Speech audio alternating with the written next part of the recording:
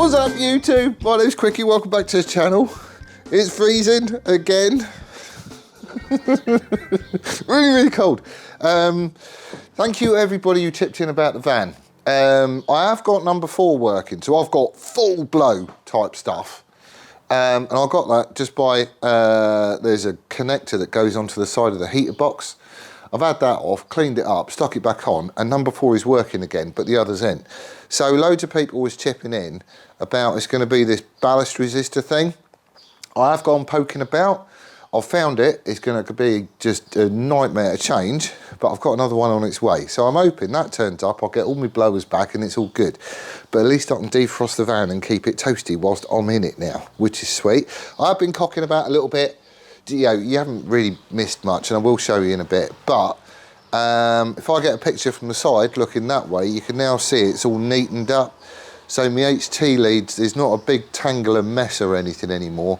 It just comes down and goes straight onto each spark plug as it's supposed to, and it just tidies everything up. Yeah, we're still going to have the throttle cables, we're still going to have the clutch cable and the HT. Yeah, there's going to be stuff in there that you'll see, but it's not just a big tangle. Oh yeah, full disclosure, I cut my throttle cables up again. I'm not happy with them. See, stupid little bloody nipple things that they get to stick. These ones, they're drilled in too far. So when you do the thing up to nip it all up, it goes off at a stupid angle like that. And, you know, I'm not happy with it. Stuff's going to rub. If it's not a right angle, it's a wrong angle. So I've got some more nipples coming. We'll just remake the ends and that'll all be fine. That'll be peachy, not a problem. But they're not going to come until middle of the week, I don't think. Something like that. It's a 2-minute job to get it done. But, you know, that's what we're doing. What else was there? There was something else. Can't remember what it was. I don't know. I'll figure it out. Anyway, what am I doing today? Right. Let me have a look at what I've got. Oh, you probably do. Would you do? Oh, yeah, you do. Happy days. Right, there's a couple of bits I want to get done, like sooner rather than later. So, I like the idea of running it on the dyno with the tank, just because that way all the electrics is covered up and, you know, we can just stick fuel in it and it's all happy days. I've got, where is he? There we go. So I've got another fuel tap, which is a nice new spanky new one. I can read it and everything. So that's all good. He'll be going onto the tank. But I need a way of securing it down. So it's just going to be a simple bar across the seat unit with a couple of holes in. We get some like isolation rubbers and stuff, turn up some top hats and we should be in. And I've got this little bit of angle, which will probably do for it. I could trim down one side a bit, so we still got that shape to it, that L shape, to give it a bit of strength. And we could still get stuff underneath it quite happy. But a bit of this in the right place, I reckon, with a couple of holes in it, could do it. The other thing that I want to do is to get the battery tray sorted. So for those of you that didn't see the giveaway, Jamie is coming in on Monday, possibly Tuesday as well, all depends how much we get done, to give us a hand wiring it up. So literally it's just a loom to run the engine. That's it, nothing else. But we want to get it to the point where we can turn it over and get the damn thing going. So he's going to be popping in Monday morning. We'll see how far we get. And then on Wednesday, Crispy is coming down. So I had a chat with him about, you know, we're getting close to dyno here. Do you want to come down and have a peek? So he used to actually have a unit on the yard down here, but he's going to come down on the Wednesday just so he can have a look at it and make sure, okay, everything I need on there to do a safe dyno run is in place and it's all secured and all that sort of stuff. Just so he's happy with it, basically. And then we can sort out a date for getting it on the dyno. I think he does most of his tuning and that sort of stuff on a Saturday. Just, you know, because otherwise his neighbours will lynch him. Giving bikes hell on the dyno all day.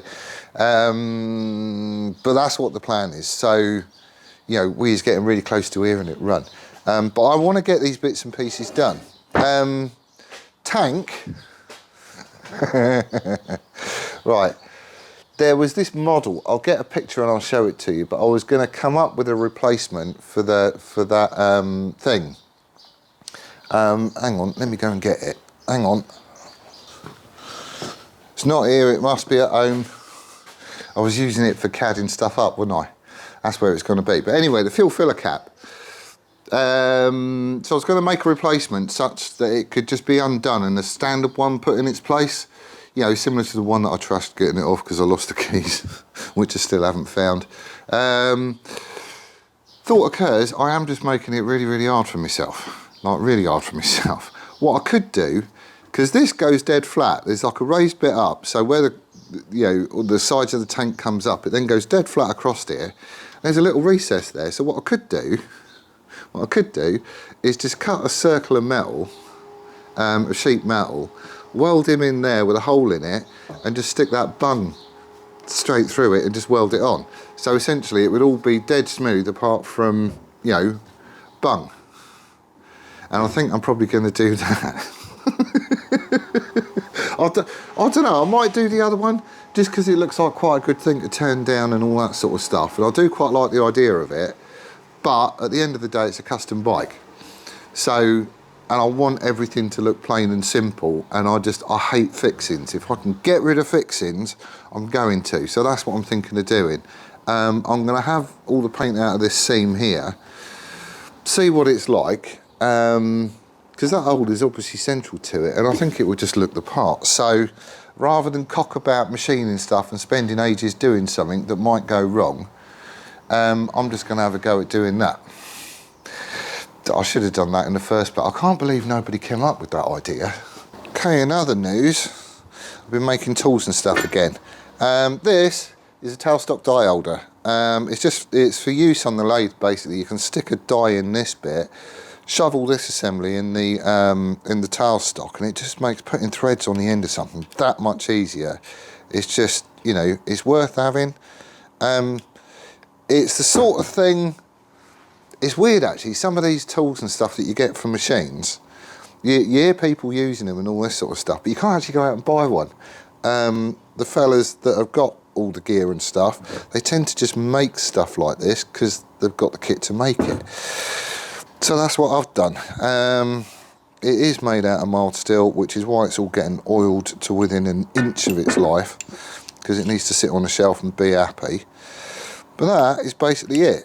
So the idea is that this bit goes into the tailstock, you know, just in like a drill chuck or something, and this bit can move. You put a bar in here to hold it up against you just put a tool holder in or something with a groove, some surface that you can just feed it in with, and you just push it on. The die's in there, it just cuts your threads, and away you go. So, you know, I reckon it's going to do the do, actually. I do. Anyway, let's put him back. Right then, let's get busy.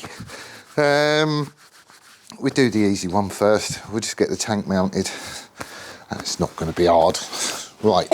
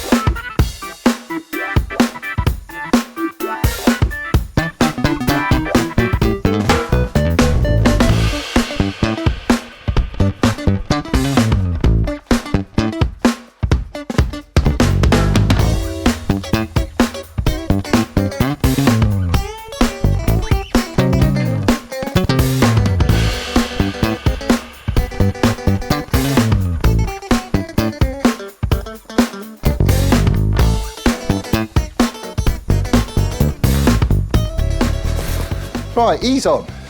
He's all fixed down. He's not going anywhere. These really are just locating points, that's it. There's a hook underneath the front of the tank that goes under the frame. It sits on rubbers in 2 places down each side. So this basically is just keeping the back where you left it. So, what we can now crack on with, that's rubbish, is sorting out a battery tray. I know kind of what I want. I've been mucking about with ideas in CAD, just coming out with different ideas and, you know, what looks nice, what doesn't, all that sort of stuff. And I've got an idea as to what I think is going to work. So, we're going to... Oh, I need a knife, don't I? Hang on. What we're going to do is mock it up in cardboard to start off with. Tape it all together, see if it's going to do the do. And then we'll chomp it out of some alley and get busy with it. Right then.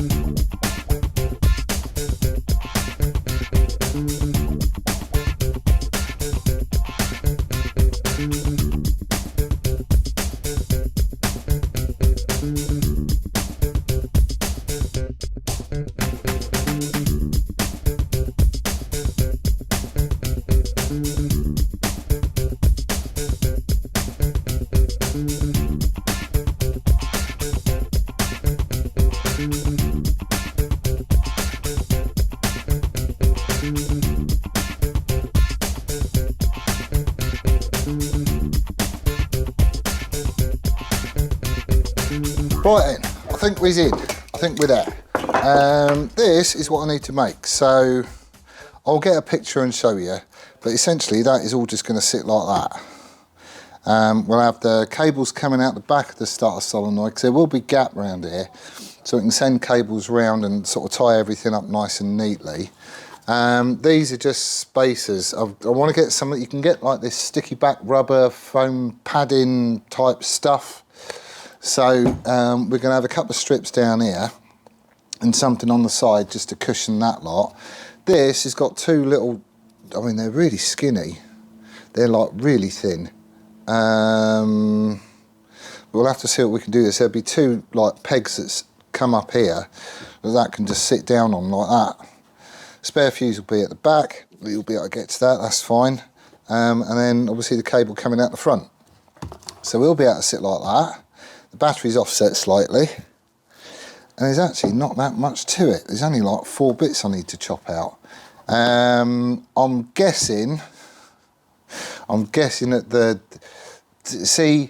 the listing for the little rubber strap that's going to go across here and over there to hold the battery down, the description isn't brilliant. And it's still not here yet. So I'm guessing at where these little hooky jobbies need to be. So they'll be, I'm going to make them a little bit longer, I think, as well. just so it sort of comes down a bit more. How big's that at the minute? Yeah, do it a little bit more, maybe like 25mm or something, because it's going to be curved anyway. But that's what I'm going to do. So, where's my sheet of alley? Oh, there it is. Right, so I'll have all this apart, mark it up and start cutting stuff out.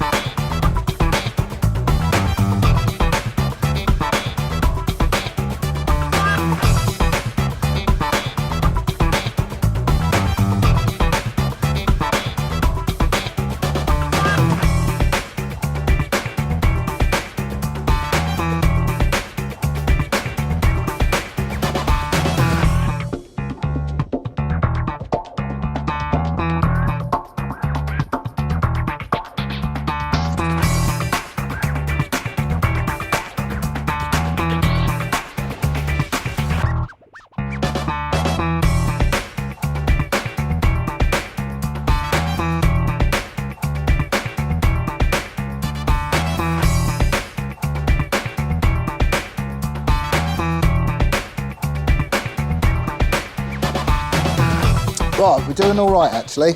We're doing all right. I've got some tacks in, but the trouble is I've arced out down here. So I need to clean that before I can weld it again, because otherwise it's just going to eat through and be all horrible. Trouble is all the brushes that I've got, well, they've had a go at steel. So I can't use them on this because it will just grind steel into the alley, and then when you weld it, it just goes horrible. So I need to get another stainless steel brush, clean this up.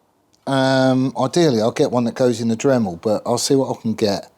But then I can clean all this up, get the rest of it tacked in, so he goes on like that, and then I can just weld it and we should be in, I think.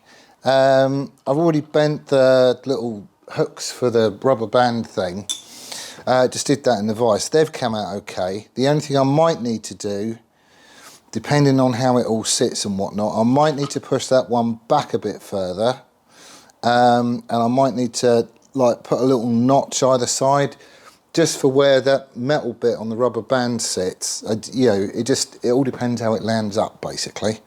But I think we're in.